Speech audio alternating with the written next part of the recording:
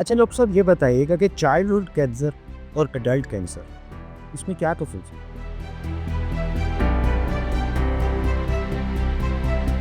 Childhood cancer के अंदर जो सबसे बड़ा रिस्क फैक्टर है वो है फैमिली हिस्ट्री।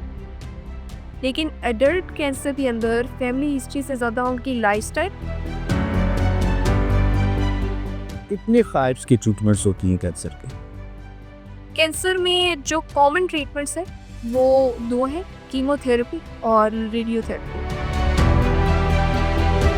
पेशेंट्स हैं कैंसर के, उनको क्लिनिकल ट्रायल्स में इन्वॉल्व होना चाहिए। एब्सोल्युटली उनको उसमें पार्टिसिपेट करना चाहिए।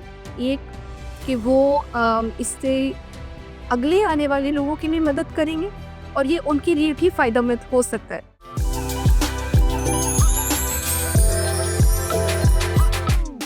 अच्छा डॉक्टर साहब ये बताइएगा कि चाइल्डहुड कैंसर और एडल्ट कैंसर इसमें क्या डिफरेंस है? चाइल्डहुड कैंसर के अंदर जो सबसे बड़ा रिस्क फैक्टर है वो है फैमिली हिस्ट्री। लेकिन एडल्ट कैंसर के अंदर फैमिली हिस्ट्री से ज़्यादा उनकी लाइफस्टाइल और वो वाला माहौल जिसमें वो उन केमिकल्स के साथ एक्सपोज होते हैं जो कैंसर के रिस्क को बढ़ाते हैं, जिसको कार्सिनोजेंस कहते हैं। वो एलिमेंट्स बड़ा इंपॉर्टेंट रोल प्ले करते हैं। कुछ जीन्स होती हैं जिसको हम रिसेसिव जीन्स कहते हैं, और रिसेसिव जीन्स की दो कॉपीज होती हैं एक इंसान के अंदर, और हम एक कॉपी वालिद से और एक अपनी वालदा से इनहेरिट करते हैं। लेकिन अगर उसकी एक कॉपी हो तो उसका असर हमारे अंदर नहीं आता। अब एक बीमारी है बच्चों में कैंसर की, इसको ग्लाइकोमा कहते हैं। आंखों में उसका कैंसर होता है और उनका आंखों का जो पीपल है वो इतने बड़ी साइज का हो जाता है उसमें।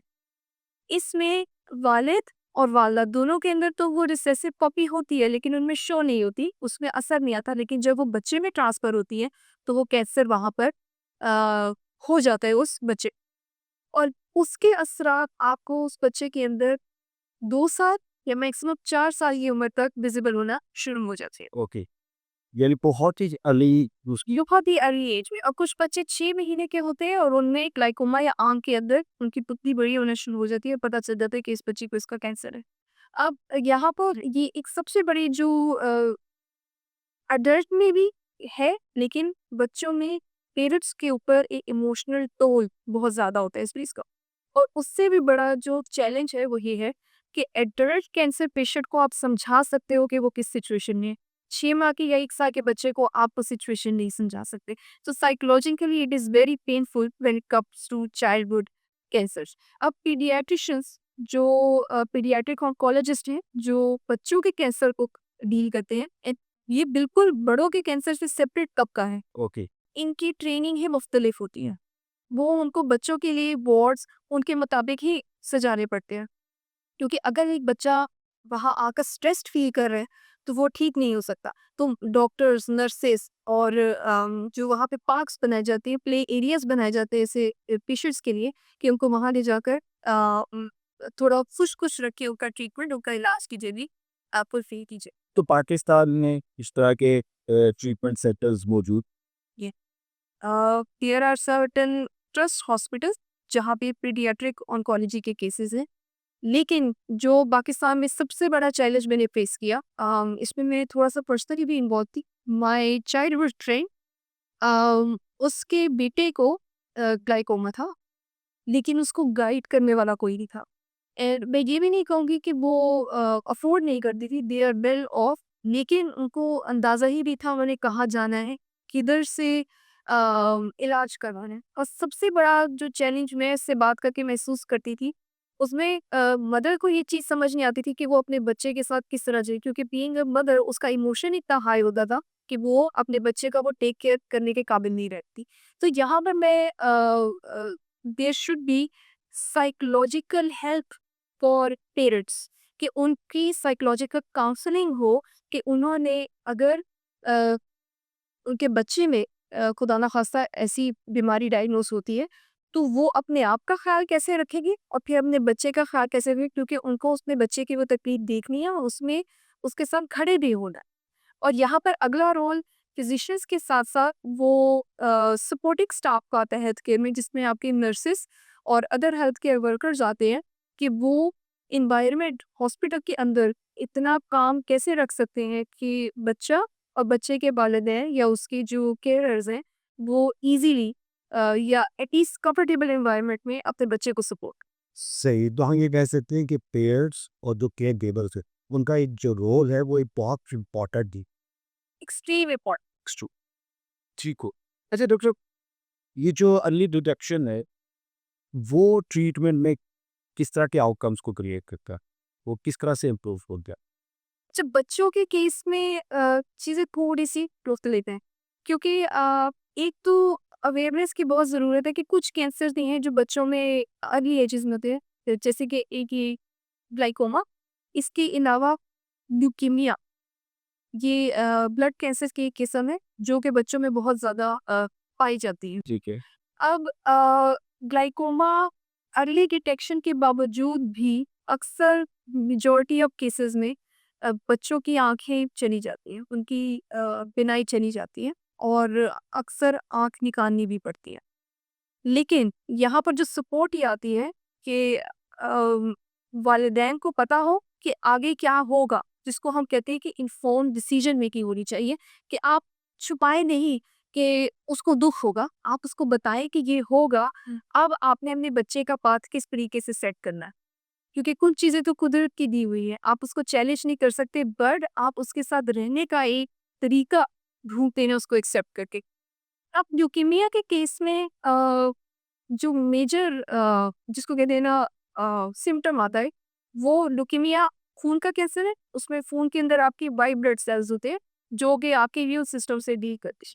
तो इसका मतलब है आपका इम्यून सिस्टम इम्पैक्ट हो रहा है, बच्चे की एनर्जी लो होगी, बच्चा बीमार बहुत फ्रीक्वेंट होगा और बच्चे की जो रंगत है वो पेल होना शुरू हो जाएगी। ठीक है। अगर आपको थोड़ी से भी सिम्टम नज़र आ रहे हैं, आप फ़ौरन से फिज़िशियन के पास जाएँ और उसको बताएँ कि this is the case that we are facing. और ल्यूकीमिया के इलाज मौजूद है और पेशेंट जितना अर्ली उसकी डिटेक्शन हो इस बीमारी की, उतना जल्दी उसकी रिकवरी के चांसेस भी इंक्रीज़ हो। सही। तो हम इसके ट्रीटमेंट पे भी बात करते हैं। तो मुझे ये बताइए कि कितने टाइप्स की ट्रीटमेंट्स होती हैं कैंसर के? कैंसर में जो कॉमन ट्रीटमेंट्स हैं, वो 2 हैं, कीमोथेरेपी और रेडियोथेरेपी। रेडियो में एक सर्टेन फ्रीक्वेंसी का लेंस जो जिस जगह पर ट्यूमर हो उधर फोकस किया जाता है उस कैंसर के सेल्स को किल करने के लिए। ठीक है। कीमोथेरेपी में आप केमिकल्स या drugs, drug is a right word to use, आप मेडिसिन लेते हैं, वो इंजेक्ट की जाती है, ओरली आप उसको ले सकते हैं ठीक है। और उसके थ्रू आप देते हैं। अब कीमोथेरेपी का जो बेसिक प्रिंसिपल है बनाने का, वो है कि कोई भी ऐसा सेल आपकी बॉडी के अंदर जो तेजी से ग्रो करता है, वो उसको टारगेट करता है। ठीक है। तो कैंसर के अलावा आपके बालों के सेल भी बहुत तेजी तेजी ग्रो करते हैं, कीमोथेरेपी उनको भी टारगेट करते हैं, जिससे आप पेशेंट्स में एक साइड इफेक्ट बहुत कॉमन देखते हैं क्योंकि बाल शिफ्ट चले हैं। इसी तरह आपकी आंतों के अंदर जो सेल्स हैं वो भी बहुत फ्रीक्वेंटली तेजी से ग्रो करते हैं, वो इफेक्ट होते हैं। तो एक साइड इफेक्ट में पेट का खराब होना या स्टमक डिस्कम्फर्ट एक वन ऑफ द जिसको कहते हैं सिम्टम इसके अंदर। अच्छा, यहाँ मैं एक चीज़ और हाईलाइट करूँगी, हम लोग फ्रीक्वेंटली फूड और अपने लाइफस्टाइल को डिस्कस कर रहे थे और मैंने उस वक्त भी आपको इंसिस्ट किया कि किसी भी कन्वर्सेशन का ये मतलब नहीं है कि आपने फाके करना शुरू कर देने हैं या कोई भी एक फूड आइटम अपनी लाइफ से हटा देनी है। रादर आपने बैलेंस क्वांटिटी में खानी है कि आपकी बॉडी उसे एक्सेप्ट करे और आप उसको प्रॉपर्ली डाइजेस्ट कर सके। अब now there was a case study of a person, मेरी उनसे बात हुई एंड ही टोल्ड मी कि जब उनको इस बीमारी में वो मुब्तला हुए तो उन्होंने खुद का सर्च किया and he stopped eating things. लेकिन जब वो फिजिशियन के पास गए, फॉर्चुनेटली उनका फिजिशियन बहुत काबिल था और उन्होंने उनको इस चीज़ के ऊपर गाइड किया कि आपने खुराक छोड़नी नहीं है, लेकिन बस इतनी मिकदार में खानी है कि आप उसको प्रॉपर्ली डाइजेस्ट कर सकें। चीकू। और टुवर्ड्स द एंड उनके साथ 2 और कैंसर पेशेंट्स थे और उन तीनों ने अपना ट्रीटमेंट रिजीम एक ही वक्त पर स्टार्ट किया। सही। वो क्योंकि अपनी खुराक उन्होंने इस पर्टिकुलर मिकदार में रखी और कॉन्टिन्यूस रखी, उन्होंने सर्वाइव किया, बाकी 2 ने सर्वाइव नहीं किया।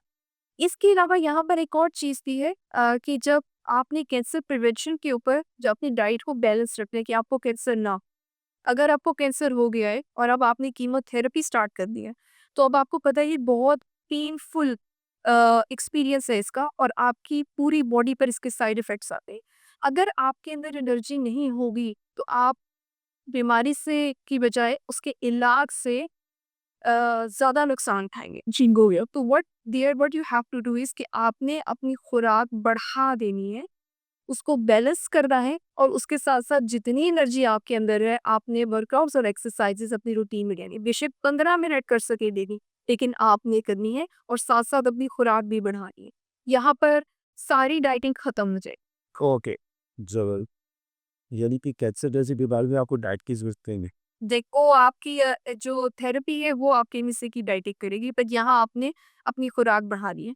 अच्छा, यहाँ पर एक और कॉन्सेप्ट बड़ा कॉमन चला हुआ था पिछले दिनों और इंटरनेट के ऊपर इसके बड़े क्लेम्स थे कीटो डाइट्स का। आपकी जो और कीटो डाइट्स का एक ये था कि वो लोग जो कीटो डाइट के ऊपर आए, उनके अंदर कैंसर बिल्कुल ठीक हो गया। अब अ, ब्लॉगिंग की हद तक तो ये सारे क्लेम्स बिल्कुल ठीक थे। अच्छा, मैं क्योंकि फार्मा इंडस्ट्री में बिलोंग करती हूँ और हम लोग डेटा देखते हैं। हम लोगों को लैब में तो डेटा मिला कि किस तरीके से कीटो डाइट कैन हेल्प कि वो कैंसर को रोक सकती है और अगर आप उसके बाद फुली शिफ्ट कर जाए। लेकिन कीटो डाइट के ऊपर आपको वो एनर्जी नहीं मिलती जो आपको नॉर्मल कार्बोहाइड्रेट डाइट के ऊपर मिलती है। अगर आप लोग 1000 में से किसी एक इंसान को देख रहे हैं कि वो कीटो डाइट के की वजह से या कोई और फॉर्मूला यूज़ करके ठीक हुआ है, इसका ये मतलब नहीं है कि वो आपके ऊपर भी असर करेगा। तो यहाँ पर व्लॉगर्स अपने नॉलेज के लिए उस सब को ज़रूर देखें, लेकिन फॉलो करने से पहले अपने फिजिशियन से एक दफ़ा ज़रूर उस चीज़ को डिस्कस करें, क्योंकि फिजिशियंस वो इस काम से लिंक है, वो रिसर्च के साथ लिंक है, they know what is best for you. Okay, good. अच्छा, ये बताइएगा कि जब हम ट्रीटमेंट्स की बात कर रहे होते हैं तो नई ट्रीटमेंट्स क्या हैं और वो कैसे डेवलप होती हैं क्लिनिकल ट्रायल्स के पॉइंट ऑफ व्यू से? अ, कैंसर में ट्रीटमेंट्स हैं, लोगों को मिल भी रही हैं, लेकिन उसके साइड इफ़ेक्ट्स इतने ज़्यादा हैं कि नया ट्रीटमेंट ढूँढने के लिए सारी दुनिया के रिसर्चर्स उस पे लगे हुए हैं। ओके। इसके अलावा कैंसर में जो अभी एक रीसेंट चैलेंज ओवरऑल सब हेल्थ केयर इंडस्ट्री को फेस करना पड़ा है, वो है कीमोथेरेपी रेजिस्टेंस। ठीक है। कीमोथेरेपी रेजिस्टेंस ये होती है कि जो ऑलरेडी अवेलेबल ट्रीटमेंट ऑप्शंस हमारे पास हैं, कैंसर उनसे रेजिस्टेंट होता है और वो बीमारी ठीक ही नहीं होती, कैंसर सेल किल ही नहीं होता। ठीक है। तो इसका मतलब जो भी हमने दवाइयाँ बनाई, अब वो उस पेशेंट पर असर ही नहीं कर रही और रोज़ बाय रोज़ इसके जो केसेज़ हैं, वो इंक्रीज़ होते जा रहे हैं। इसी तरह जो रिकरेंट कैंसर होते हैं, कि कैंसर ठीक होने के बाद दोबारा हुआ है, वो उस पे पिछली दवाइयाँ असर ही नहीं करती। के अब आपको नए ट्रीटमेंट की ज़रूरत है इसको ठीक करने। तो सबसे पहले ये जितनी भी टेस्टिंग होती है आने की, ये बड़ा लंबा प्रोसेस है। और जो भी दवाई आपके पास मार्केट में आई है, इसकी पूरी रेगुलेटरी बॉडीज़ हैं जहाँ इंश्योर किया जाता है कि इसके कोई साइड इफेक्ट्स नहीं।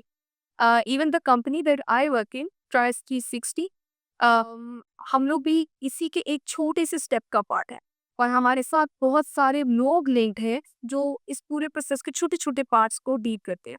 ये प्रोसेस स्टार्ट तो लैब के अंदर होता है, जिसमें हम लोग पेट्री डिश के अंदर सेल्स ग्रो करते हैं और एक और डिपार्टमेंट वो ड्रग्स बनाता है, उसमें केमिस्ट इन्वॉल्व होते हैं। वो केमिस्ट हमें देते हैं और वो हम लैब में चेक करेंगे। लैब में अगर वो ड्रग की इफ़ेक्ट आ जाए, हमें देखें कि वो कैंसर को किल कर रहा है, हम उस स्टडी को एनिमल लेवल के ऊपर लेकर जाते हैं। ठीक है। एनिमल्स में हम लोग रैट्स, रैबिट्स, गिनी पिग्स या मकीज़ के मॉडल्स प्रिपेयर किए जाते हैं कैंसर के, जो भी कैंसर हम लोगों ने ट्रीट करना, और उस पे चेक करते हैं। अब एनिमल्स में सबसे बड़ी चीज़ ये चेक की जाती है कि कहीं कोई साइड इफ़ेक्ट तो नहीं है इसका। अगर तो उस ड्रग के अंदर साइड इफ़ेक्ट हो, तो दोबारा हम स्टेप 1 से स्टार्ट करते हैं ओके, और ये सारा प्रोसेस मिलियंस ऑफ डॉलर्स का प्रोसेस है। दवाई दोबारा उसके लिए ऑप्टिमाइज़ होती है, फिर से सेल पर चेक होती है, फिर एनिमल्स पर आती है। एक बार उसने एनिमल को के अंदर उसकी अप्रूव होगी उस सेटिंग पे, अब वो इंसानों पर टेस्ट होगी। क्योंकि आप मैस में लोगों को फ़ौरन नहीं देते। यहाँ पर आते हैं क्लिनिकल ट्रायल्स, जिसके डिफरेंट फेजेज़ हैं। इनिशियली वो ड्रग को हम लोग ह्यूमन वॉलंटियर्स लेते हैं। पाकिस्तान में इसका रुझान बहुत कम है, लेकिन बाहर इसकी अवेयरनेस बहुत ज़्यादा है कि हेल्दी लोग पार्टिसिपेट करते हैं वॉलंटरली, उससे कंसेंट दिया जाता है और वहाँ पर वो उस ड्रग की एक छोटी डोज देते हैं, हमें पता चलता है कि अगर हेल्दी इंसान उसको टॉलरेट कर सक रहे हैं या नहीं। अगर तो हेल्दी में वो बिल्कुल सिक्योर हो, देन हम नेक्स्ट स्टेजेस पर जाते हैं और पेशेंट्स को वो मेडिसिन देना स्टार्ट करते हैं। लेकिन इस सब प्रोसेस को फुली रेगुलेट किया जाता है ताकि ह्यूमंस की एक्सप्लॉयटेशन ना हो, क्योंकि सबसे बड़ी चीज़ है कि ह्यूमंस का कंसेंट हो, पेशेंट्स को पता हो कि वो किस चीज़ के अंदर पार्टिसिपेट करने लगे हैं और वो खुद वॉलंटरली उसके अंदर आए। उनको पता हो कि इसके रिस्क क्या है और बेनिफिट्स क्या है, and once they agree there are bodies. अब I work in a CRO, तो हम लोगों का ये एक मिशन है कि हमने इंश्योर करना है कि कोई भी ऐसा क्लिनिकल ट्रायल रन हो रहा है उसमें पेशेंट्स को लैब रैट्स की तरह ट्रीट ना किया जाए। सिमिलरली इस सारे प्रोसेस के अंदर बहुत सारी रेगुलेटरी बॉडीज इन्वॉल्व होती हैं। अगर तो एक क्लिनिकल ट्रायल पाकिस्तान में है तो पाकिस्तान की अंदर ड्रैप और एक नेशनल बायोएथिक्स कमेटी है, वो इन्वॉल्व होगी, जो कि इंश्योर करेगी कि हम लोग किसी भी किस्म की कोई इलीगल एक्टिविटी नहीं कर रहे और purely for research purpose we are conducting it. यहाँ पर एक और चीज़ है कि पाकिस्तान में पेशेंट्स जनरली क्लिनिकल ट्रायल्स के लिए एग्री नहीं करते हैं, ठीक है। एक अवेयरनेस नहीं है, दूसरा हमें उस चीज़ के प्रोवाइड नहीं पता, क्योंकि हम लोग डर इतना जाते हैं कि पता नहीं क्या रिस्क हम लोगों को फेस करना पड़ेगा। लेकिन यूजुअली जो भी बीमारी वहाँ तक पहुँच रही है, बहुत क्लोजली पेशेंट्स को मॉनिटर किया जाता है और इतनी टेस्टिंग के बाद आई होती है कि उसके साइड इफ़ेक्ट प्रेडिक्ट किए जाते हैं कि कम ही होंगे।